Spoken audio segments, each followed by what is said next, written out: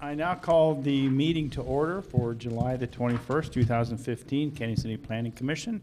Would you all rise and repeat the Pledge of Allegiance?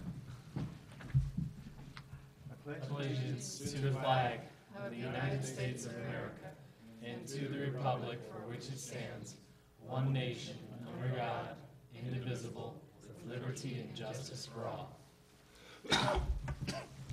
Thank you. And Denise, would you call the roll, please? I sure will. Good evening. Chairman Troutman, Here. Commissioner Bellantoni, Present. Commissioner Grantham, Here. Commissioner Martino, Here. Commissioner Embry, Here. Commissioner Gill, Here. and Commissioner Frida. Here. Thank you, Denise. I would like to welcome today Mr. Tony Martino as one of our new commissioners. Welcome, Tony. Thank you. And Mr. Grantham again as commissioner. Thank you for doing that. So thank both of you. I'm sure you'll find this a real rewarding experience as usual. Yeah. Okay, thank you. Could I ask for approval of the minutes of the May 19th, 2015 meeting? I move for approval.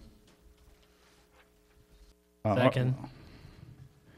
Were there any corrections or anything like that on it? I should have done that first, right?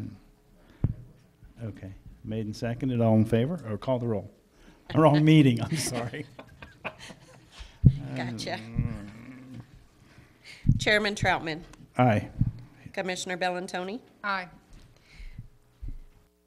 I did that all wrong. Yeah, that was not right, but do I get to add I it twice? did that all wrong. Let me start over. I started Commissioner it. Embry, Aye. Commissioner Grantham, Aye. Chairman Troutman, Aye. Commissioner Bellantoni, Aye. Commissioner Martino, Aye. and Commissioner Gill. Aye. Okay. Well, thank you. We do a lot better, trust me. So, okay. I would like to I'm going to open a public hearing and read the following. The provisions of the City Municipal Code, and in particular Title 17 thereof, the subdivision regulations, and the comprehensive plan of the City of Cañon City are incorporated into the record of the hearing as set forth verbatim. This evening, the city is the applicant, correct? And would you want to just stay there, Terry, or approach the podium? Actually, Adam Lancaster is going to do the presentation this evening. Okay, Mr. Lancaster, would you like to just go ahead? I'd Thank you. like to sit here if that's okay. Thank you. You can. All right. So what I have tonight is a PowerPoint presentation. We're going to go over the US 50 corridor plan. For those folks that are in the back here, I put copies of the PowerPoint on the table back there if you want to look at a copy of that if you can't see the screen. So we've completed the US 50 corridor plan. So the process now is that we bring it to you one last time, hopefully, let the public look at it again. Then tonight we will do a resolution if you're in favor of adopting it and making it part of the comprehensive plan. And then the next step after tonight would be it would go to City Council for them to basically duplicate the process before it becomes officially part of our long-term planning process. Okay? So just real quick, the agenda, what we're going to look at, we're going to discuss what the project was, go over the analysis some of the analysis that we did, some of the big ideas that came out of the process. We're going to discuss both the private realm recommendations and public realm recommendations, and then we'll discuss implementation at the very end. So just a reminder, we hired a consultant in Telekey, who also had a sub-consultant, Wilson & Company, who is a civil engineering company, do this project for us. We wanted them to look at the US 50 corridor. So when we talk about US 50, we're also talking about Royal Gorge Boulevard, or sometimes we call it RGB. And that's basically from the east city limits all the way to the west city limits. On this slide, you can see that we basically divided it into different districts, and we felt that the focus within each of these districts was a little different, so that they should be considered separately, even though they're part of the bigger plan. The corridor is about 6.5 miles long. We had 2 gateway districts, one on the east end and one on the west end, and then we had the downtown district, and then we have what we call the East Canyon district, which essentially goes from 15th Street to 4 Mile Creek is the East Canyon district. Gateway's obviously on the ends, downtown district, 1st Street to 15th. So we started this process just basically a year ago. We started out with staff meetings. We met with IntelliKey and their sub-consultants and kind of explained it from the staff perspective of what we were looking for them to do. Then we put together a group of stakeholder meetings. We brought together stakeholders from each of those districts that I just described. And then we also brought in some additional stakeholders. Just as an example, we brought in a bicycle user group. We brought in the Chamber of Commerce, groups like that.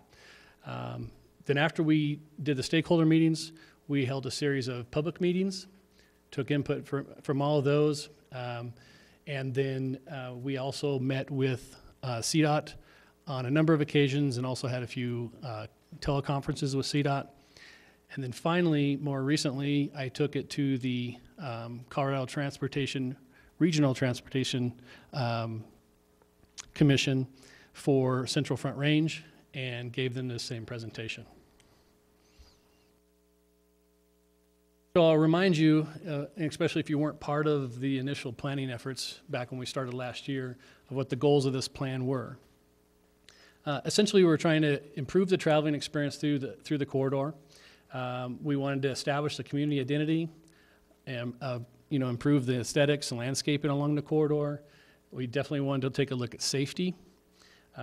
We know that there's connectivity issues with the pedestrians and bicycle facilities along the corridor and how those connect to other corridors within the city.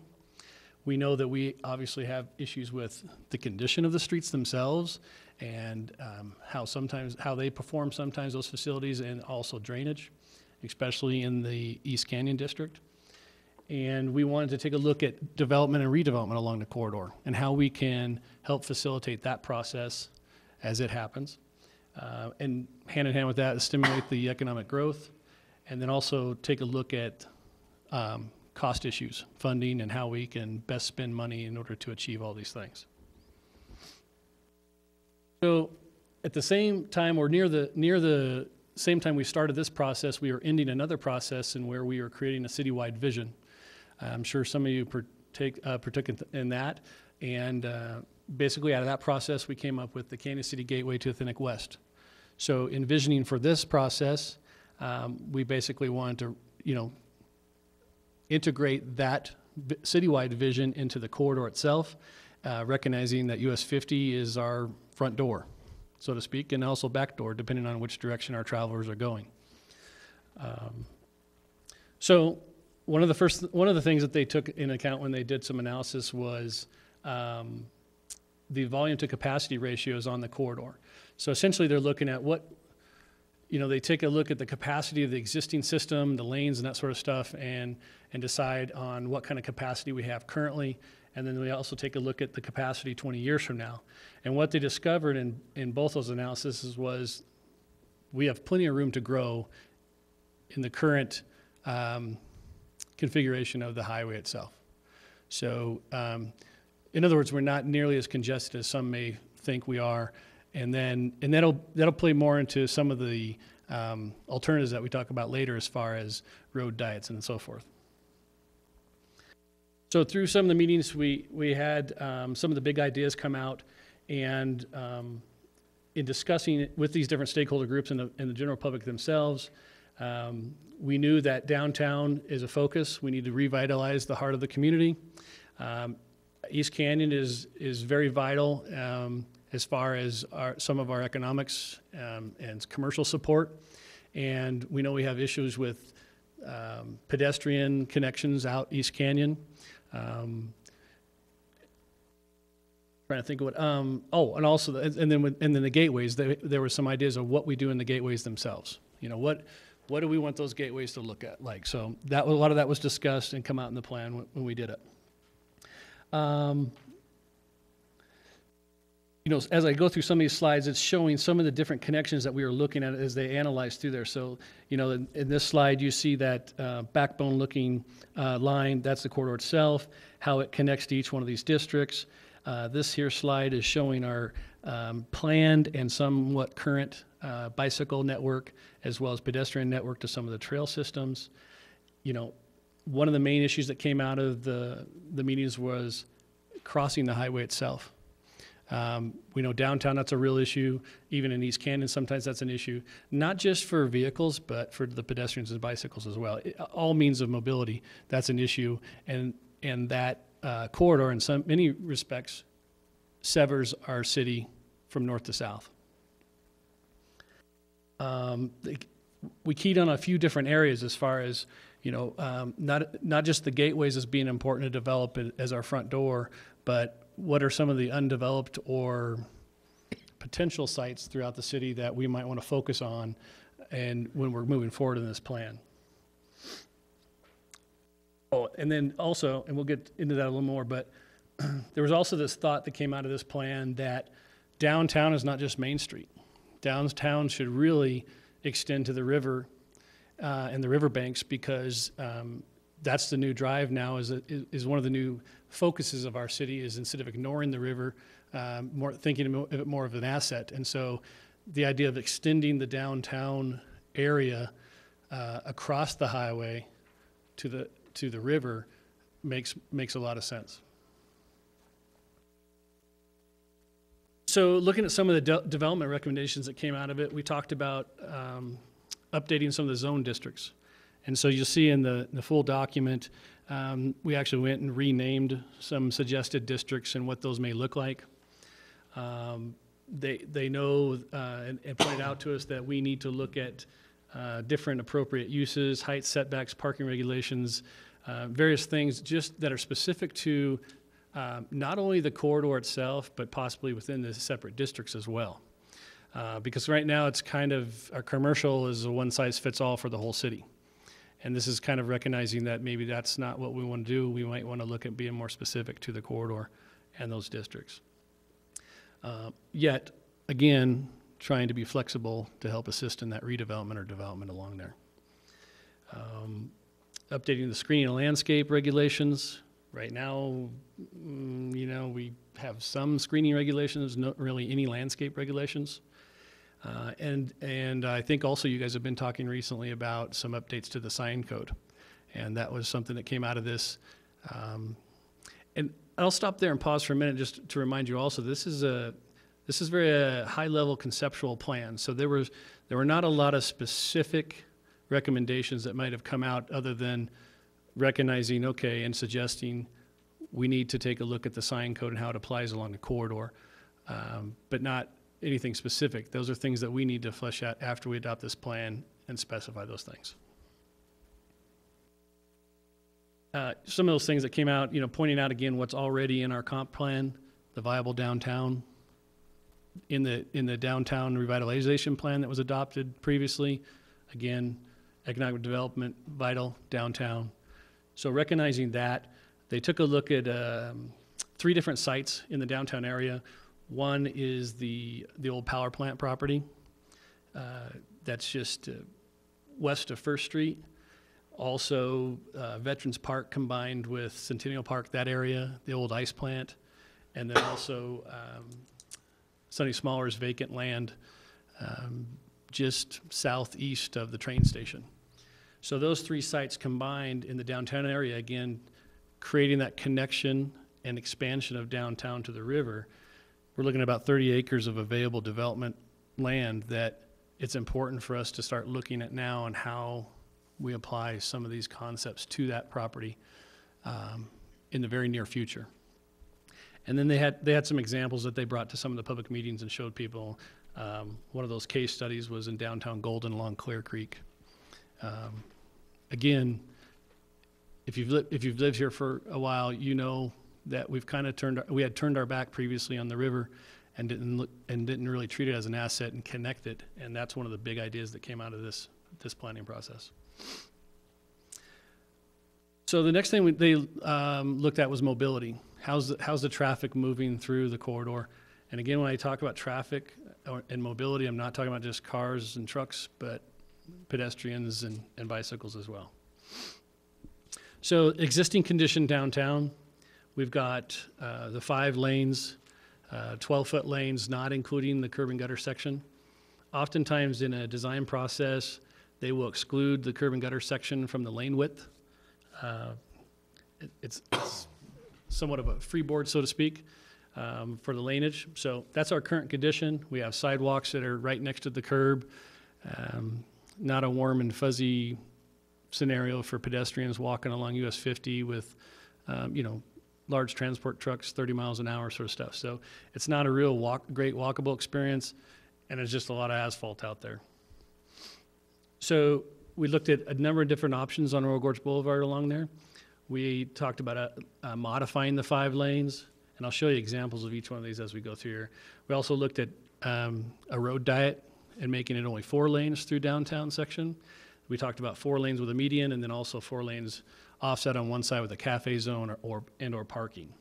We talked about some on-street parking actually on US 50 in downtown area, depending again on what the development uses are along that corridor.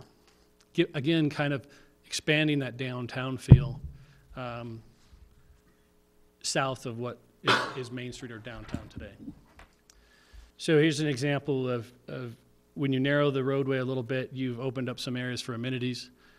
So here's some examples of where you can add some buffers with either landscape or parking between the travel lanes and the pedestrians and the private use of the land adjacent. So here's what the modified 5 lanes looks like. Essentially, they are combining that curb and gutter section into the lane width and also narrowing the middle lane or the middle lanes. And so that gives you an extra 5-6 feet on each side of the roadway that you can use for amenities, which make things look better downtown, cool things down, pretty things up, and then provides that buffer for the pedestrians and the businesses from the traffic travel lanes. This is what a 4-lane section would look like. This would happen in areas where you would eliminate the turn lane. Again, this is conceptual, so we don't know where or how this could happen. We would still have to perform some traffic study before we implemented any of this, but it is possible that maybe we eliminate some of the left turn movements at some of the intersections. That's where this would apply. But you can see that it opens up the amenity zone even wider, so now you might be able to have park benches in there, bigger trees, bigger areas for landscaping. And then you can go with the 4 lanes, so you keep the same roadway width, but then you put a median in the center strip. Again, you might eliminate left turns in some areas, or you might have shorter left turn pockets instead of your 2-way left turn lane that's continuous through downtown now. So this would be a great amenity as far as aesthetics, and you still have some of the amenity zone on each side, or either or. And that's where you go with the 4 lanes cafe zone, which is this one, where you might shift the whole road one way or the other, depending on what the use or the development might want to be on either side of the road. So let's say we got a section of downtown block along US 50 that makes sense for it to be redeveloped into something that may like to have outdoor seating, that sort of stuff. You could shift the road to one way or the other, which would provide this larger cafe zone. It might provide parking if that were something that was desired down there, or just simply shifting the road one way or the other block by block might even be a traffic calming that we could achieve in that downtown section. So all of these options for downtown were left on the table in the plan because they all depend on, again, traffic studies and then looking at how it applies in specific blocks in the downtown area. So, here's an example of the cafe zones, very similar to what we're doing on Main Street already. So again, just extending that outdoor feel all the way to the highway. East Canyon was probably, I would say, the most lively discussion we had in all the public meetings. Had lots of different ideas on what to do in East Canyon. And many people recognized that the frontage road of Fremont Drive and some of the smaller frontage roads was a real issue. And that combined with the fact that we had put in the guardrail and cut off direct accesses to businesses, the lights at the frontage road and US 50 with all the different phasing that's required for a safe signal apparatus causes all kinds of delays, makes for very difficult maneuvers for trucking and all that sort of stuff. And so hands down, the preferred option that came out in that was to eliminate the frontage road and create more of a boulevard feel on US 50. So you would basically widen out US 50 to incorporate the area that's now Fremont Drive. Taking all that space, it's a very wide right-of-way out there, unlike what we have downtown. So what that does for us is it allows us to put a multimodal trail on one side, which pedestrians and bicycles could share. It allows you to put in a pedestrian corridor along the north side of what's Fremont Drive now. We have sections of sidewalk, for example, that are in that section now along Fremont Drive, and we have sections with no sidewalk. And there's a lot of foot traffic between the east side of town and downtown, and those people now are walking in and out of traffic. So that even leaves enough room with those things to keep the existing lanes that are there and add a wide center median with a boulevard look to it with landscaping that's appropriate for that, as well as amenity zones on both sides of the highway. So you could kind of dress up, hide some of the railroad side of things where we don't want to see the railroad from the highway or where we do want to, and open up some different views there from that end. And then where you have now guardrail and drainage ditch could become an amenity zone mixed in between the different accesses.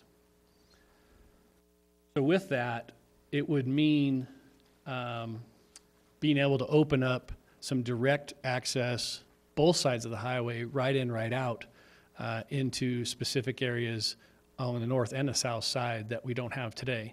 Similar to what we used to have when Fremont Drive was not closed off with the guardrail and or signalized at the intersections.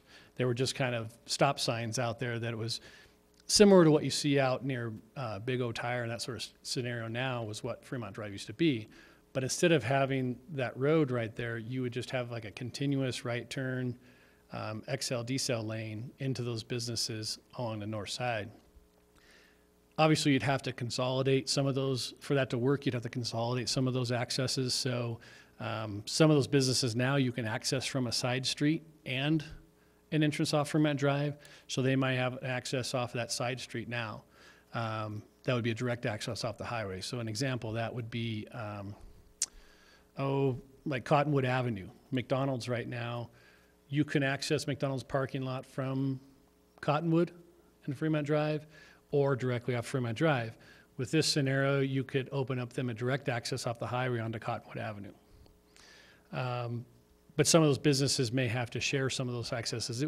It's going to take a lot of coordination and right-of-way issues and access issues taking care of. There'll have to be a full-blown access management plan done for the work. But that's something CDOT's already indicated that they will help us with. The other thing that we think we could do with this is create some what they call U-turn pockets intermediate in between the signals. So if you're eastbound and you don't have a left turn into the direct access into McDonald's now, but you see McDonald's, instead of traveling all the way down to Reynolds to make a U-turn at the light, there'll be a U-turn pocket more intermediate where you can jump in there, make a safe U-turn, and grab that direct access off the highway. And then, not in this slideshow, but I want to mention it. We also talk about, in the plan, you'll see changes at each end of downtown and how we can try to redirect some of those folks directly off the highway onto Main Street proper, similar to what we're trying to do out here in East Canyon. And so we have a couple options that we're looking at First Street and also at 16th Street, where we have more of a slip lane, where it's much easier to get off the highway onto Main Street without having to sit at a signal, make a conscious decision to make a right turn or a left turn onto Main Street, depending on which direction you're going. And then we took a look at signage concepts. Now, this is not the private realm signs. This is more of the public realm signs that we took a look at. Again, the signs that are in the plan are conceptual now. They would have to go through a final designing process, vetting through the community when we do that in the future. But this is what the consultant came up, just to kind of give you an idea of what we can do in our monumentation and our wayfinding signs through town. So CDOT refers to them as political boundary signs. You're familiar with them. You've seen them in other cities. You've seen them along the highways. But essentially looking for bigger, more robust signage on each gateway end, letting people know for sure that they've arrived at someplace they want to be. So this is an example of if you're coming into town from the east, heading west. In this example, you can see the existing little Cañon City sign up on the top of the hill that everybody likes but can't read because it's too small and too far away. We're actually working with the Rotary Club right now to relocate that to a place where people will be able to enjoy it more. But this is what we're looking for in the future, is this larger monumentation type signage. And then create a theme that follows for all the political signs through the city. So that, again, people know where they're at, they know what type of sign they're looking for when they're looking to find out where they're going. And so you might have smaller monument signs within the districts. So, we have this example is where we have an existing Cañon City sign there by Papa Murphy's. Again, as you're entering downtown, you see the same type of theme, same concept of monument signage, but maybe on a smaller scale. So okay, I'm leaving the East Canyon district, I'm headed into the downtown district. What does this mean? What other opportunities are for me here? In East Canyon, this is an example of what we're looking for, some of the wayfinding. So again, directing people to tourist centers, shopping centers, different amenities throughout the city that could be put on that wayfinding. And this, if you look at this picture, this is kind of a graphic that they put together to show you that boulevard feel that could be for East Canyon with the frontage road gone. You see people walking kind of in the area where the street is now. That becomes that pedestrian amenity zone. And then you have areas for the wayfinding signs and the landscaping. So finally, I'll just talk about implementation. So in the plan, it identifies the champions, who kind of is going to be the lead responsible person or authority or entity in charge of implementing each of these items as we go through. Again, we need to look at refining and promoting the city's vision of the gateway to the authentic West. What does that mean? What do those signs look like? What is the theme as you go through the city? We need to refine that. We've got some critical next steps as far as mobility. I talked about that a little bit. We're going to have to work with CDOT in doing the traffic studies that are required to implement some of these things. Some of the environmental study impacts that will have to be done before we can do a lot of these things. As far as the private realm, and Terry can kind of answer some more questions about this as we go forward, because I know you guys have started working on this, is what are we going to do to help the development and redevelopment of this area through here, and what kind of revisions do we have to make to our current code as far as signage, setbacks, development standards, some of those things that we haven't really dove into too specifically in the past, or we've done the one-size-fits-all for the city. Lots of partnerships have to be developed in this, private, public. Again, we've had CDOT as part of this process intimately, and went through a lot with them. Also, as we're working with the private realm of things, there's going to have to be partnerships. I mentioned before, if access management plan that'll have to be put together. It's going to take a lot of work between neighboring business owners, as well as the city and CDOT facilitating that. And then again, of course, the marketing and promoting the whole area, and then the funding. And then in the plan, there's a discussion of funding, where some of the funding can come from, those sorts of things. There's a prioritized action list in the plan. It goes through the major categories of the things we talked about tonight: the mobility issues, the placemaking, which is the monument signage stuff, wayfinding, and then the economic vitality, which has a lot to do with what you guys are familiar with as far as development standards and so forth. Different geographic areas have different focuses. That's why we split it up into districts. The downtown district may have some very different goals and plans and ideas than maybe the East Canyon district, but again, as a cohesive plan, it all has to work together. And then there's some discussion about timeframes. Some of this stuff is 20, 30-year stuff out. Some of it's immediate that we'll start working on next year. So next steps, as we discussed, you and hopefully City Council will adopt this as part of the comprehensive plan. We'll get to work with CDOT in starting to develop some of the traffic study requirements that are needed, the environmental. We need to start doing, even if we can't maybe fund some of the construction of it right now, we need to start working on the design of the boundary signage and wayfinding. Partially funded is the first wayfinding tourist kiosk that's going to go in on the east side of town. City's acquired property from the county there near 4 Mile Lane, and we are designing a pull-off for that now. We have funding for the kiosk itself and some of the construction of the pull-off. This fall will probably be going through CDOT's permitting process and then hopefully construction soon after. We also have a downtown pedestrian study and design for a crossing somewhere between 3rd and 9th Street. That has been funded. RFPs for that will be going out very soon for a consultant to do that work.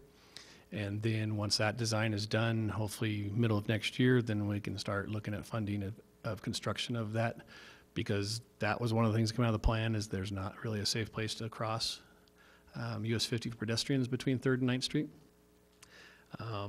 Also partially funded right now are some of the East Canyon pedestrian improvements. We have some grant dollars to fill in some of those missing connections of sidewalk through that section. And that's slated for construction 2016, 2017. And then finally, the US 50 Dozier Improvement Project that will be going to bid this year and start construction next year, where they are replacing the traffic signal at Dozier and reinstalling it with a new alignment and doing some additional changes there. That's kind of a first step in this process, because one of the things that they're doing in that project will be creating some of these right-in, right-out direct accesses to the businesses that will be, for lack of a better word, orphaned when the signal gets moved. And so that will be a good example of how this will work in the East Canyon District in the future. That's the presentation. I'm ready for questions if you have any. Thank you, Adam. Are there any questions of staff from any of the commissioners?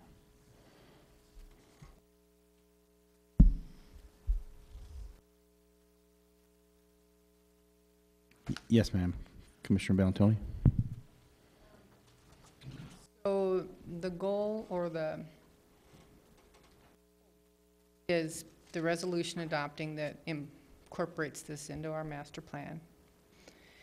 And then over the next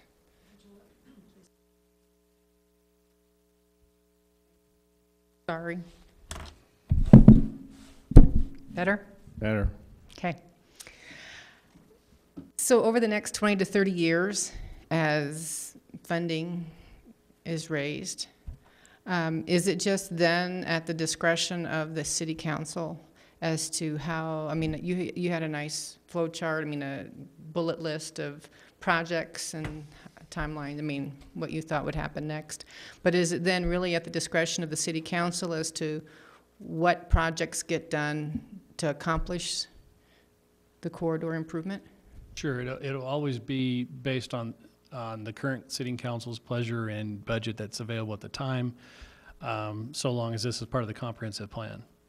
So then my question is, much like the signage, what was that resolution that we did? Off-premise signs. The off-premise signs proposal that was presented here. Will there be a provision? I just would like to see a provision, because every time I bring this up, I get the so noted. Is there some provision so that the business owner on Fremont who currently has that access is directly invited to the meeting, not just in the newspaper and on the radio, and all of that is really good, okay? But for those directly affected, kind of like the 22 off-street signs, off-premise signs that were targeted in that particular resolution, my request was, did you ask the 22? Did you directly contact the 22? Is there some provision so that business owners who have developed the access and been running that access for 20, 30 years, that they're going to get a notice that, in fact, we're going to be talking about your access. We'd really like to have your input. It can be said like that, but a direct contact with them. Well, 2 comments on that. One, in this process, in the stakeholder process, for the property owners were direct mailed an invitation to the process, just so you know that. So that was done with this planning process. With an access management plan or any access change, state access code dictates that they participate. Like that. Yep, very much. I was intrigued at the suggested types of zonings. Looking at the zoning ordinances that we have, would that then be a special area specifically for that? I think that's an excellent idea, because then the people that are going to do something in an area know exactly what those requirements are. So that would be a special code section, do you think? Or that's just... I would imagine that there's going to be more than one code section. So there would be, right now we have 2 commercial districts, central business and general commercial. And general commercial covers all commercial areas in the city. And I would imagine that we're going to have probably 4 more commercial districts in the city, and they would be specific to the Highway 50 corridor.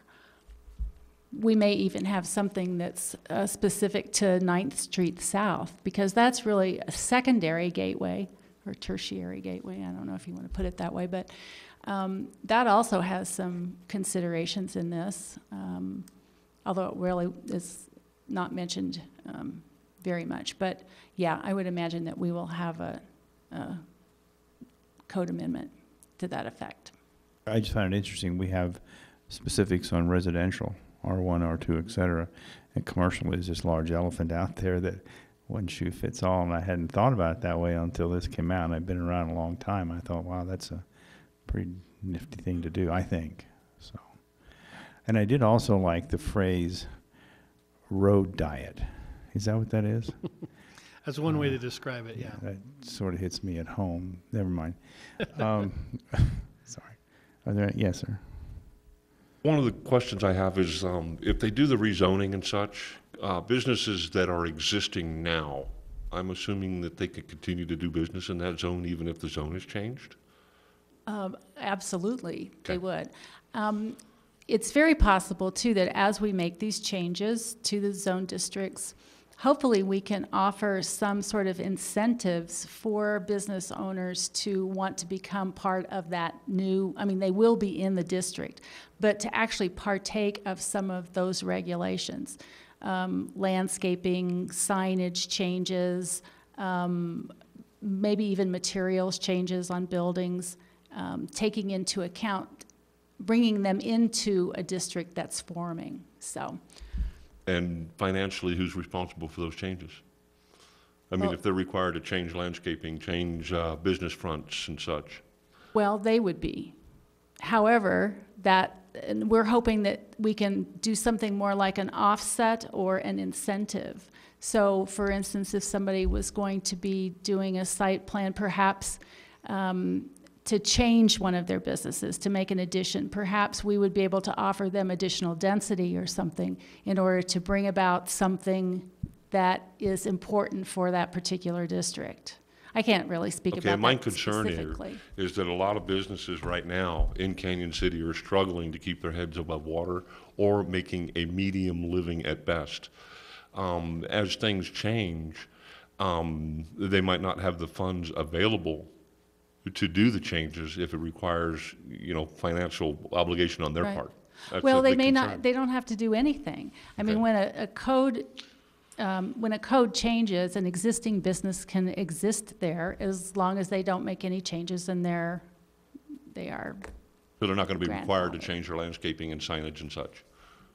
Well, not necessarily. I don't know how the code is going to Okay, so come it's not about, written but yet? Yeah, I no, would it's imagine not not. written, no. And one of the things we want to keep in mind is that's one of the goals of this plan is to make them more successful. Very good. It is certainly not to No, put I them agree out of with business. that. That's not But I the mean, plan there's at just, all. like I said, it's, Right. in So- business, it's just tough to keep your head above water with employees and with, with building upkeeps and insurances and everything else. I mean, it's just tough, and try to put another, $20,000 or $30,000 into a budget for a year, on a lot of business is very, very difficult. Not the Sure, big and box stuff, those but mom and partnerships, pop. those partnerships are going to be critical.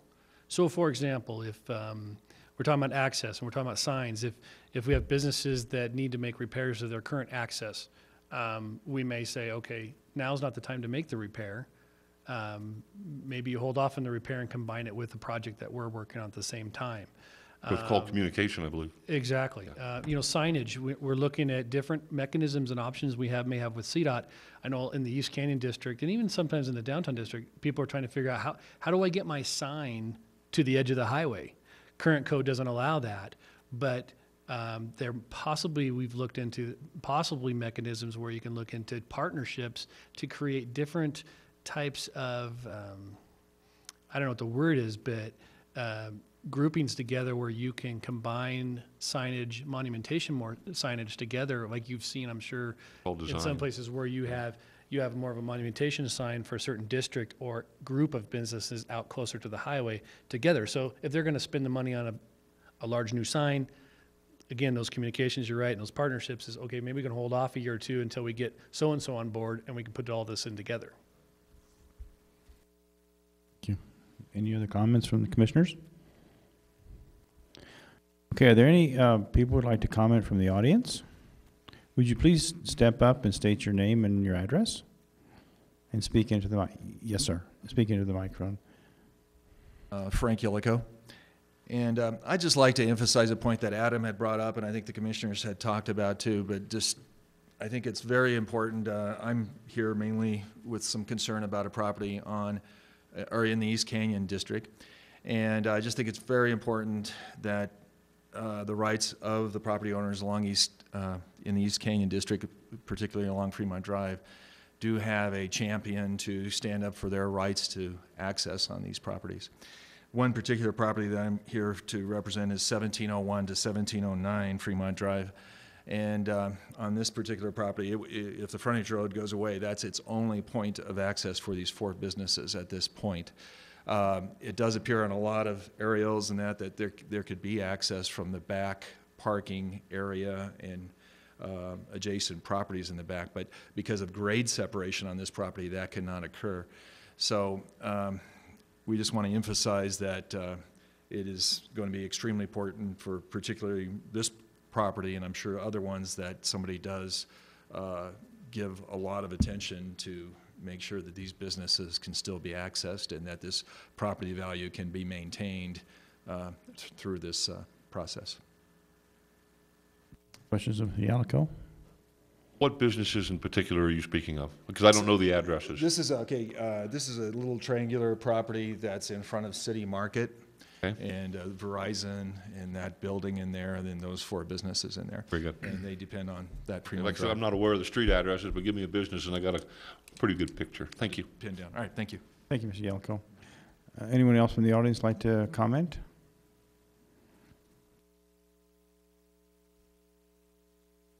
Okay, then I'm going to close the public hearing and open it for discussion among the commission. Did I see in here that there's going to be, we're going to fix some of the stormwater issues, drainage runoffs? Are we fixing that along with redoing the Highway 50 corridor? The important part that was in this plan is that it was noted and that those existing plans were brought to the forefront again, so that, again, if we're spending money and developers are spending money, that we're doing it in a smart way and taking care of some of those issues. If the big ditch with the guardrail goes away, we're going to have to do something with that water. So, but there's some, again, it's good to bring that into the picture because there's different funding opportunities based on stormwater versus some of these other issues. So that's why it's on the table. But we know we have some drainage issues in some of these areas. We wanted to recognize that in the plan so that moving forward, that's still at the forefront of everybody's minds when they're developing some of these other things. Okay, any other questions? I'd like to ask the commission, I have, and you've had a copy of this resolution number 3 series of 2015.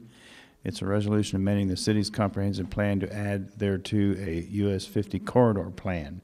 Would you like me to read it in entirety, or would you like to go ahead, or should I ask for a motion for approval? What's your pleasure? This is where I ask you for instructions, okay? Do you have a copy of it? Have you read it? So what we're doing here is adding this that Adam and Mr. Lancaster and Terry Bernath have talked about, and this will add to the comprehensive plan. It was dated 2001, so that will just go into that plan and then go to City Council. Yes, sir. So no decisions are being made now. It looks like there's a lot of things that will be in the planning process that will be decided on, because it looks like everything that I see has 1, 2, 3 different scenarios and such, and that will be taken off, I'm sure, dealt with as that project arrives. Is that correct? Absolutely. You know, unless you have got several $1 million you would like to fund this. Probably not. Okay. So, is it okay then? Shall I call for a vote? Go ahead. Yes, sir. I do see that there should probably be a correction on here on the date. On our, let's see, 1, 2, 3, 4. On the fifth paragraph. July 20th, I see that, sorry. So I moved, Paragraph 5 Yeah. shows July 20th. instead of the 21st. I would move that we adopt the resolution as written with the correction of the date. I second. Okay, Denise, would you call roll, please?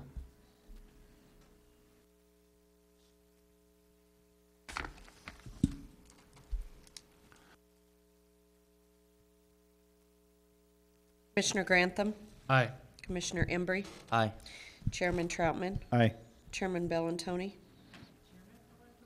Commissioner Bellantoni, Aye. Commissioner Martino, Aye. Commissioner Gill. Aye. Okay, is there anything that the commissioners would like to bring up at this time? If not, we're going to adjourn. Okay, we're adjourned. Thank you. Thank you all for coming.